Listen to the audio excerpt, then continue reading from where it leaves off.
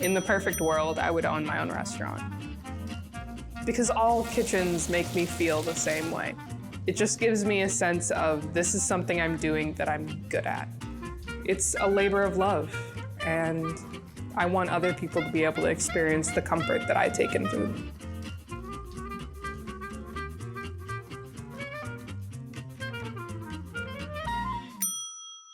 Hi, my name is Carly. I'm a former St. Jude patient, and today we're going to be making this beautiful baked salmon dish. This is something I ate a lot when I was in chemo because the salmon was something really tasty that I could have on a neutropenic diet.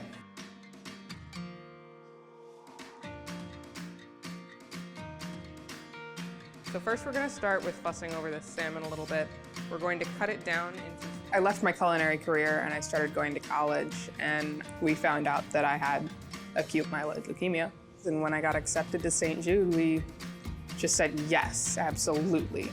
My tastes changed immediately from my very first chemo. I couldn't get out of bed for the first several months. So my parents were really great in being so creative with the way that they found ways to feed me, realizing that I could have salmon if it was overdone. And I found great comfort in buttered and salted noodles because that was one of the only things that would stay down.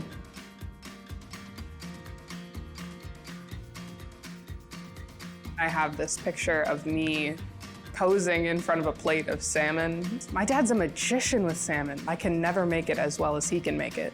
Seeing my mom and my dad in the kitchen, putting in so much work to make something that I could actually eat, it meant a lot to me, seeing them go through all that effort.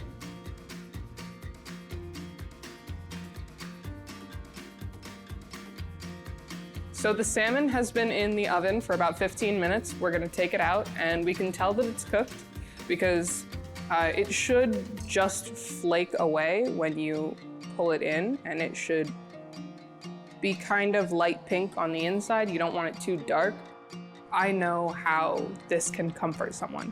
I know what this can do and how it can make someone feel. And I've felt that every day that I was in treatment and my parents made me food. So this is our salmon for the day. Ta-da! Perfect.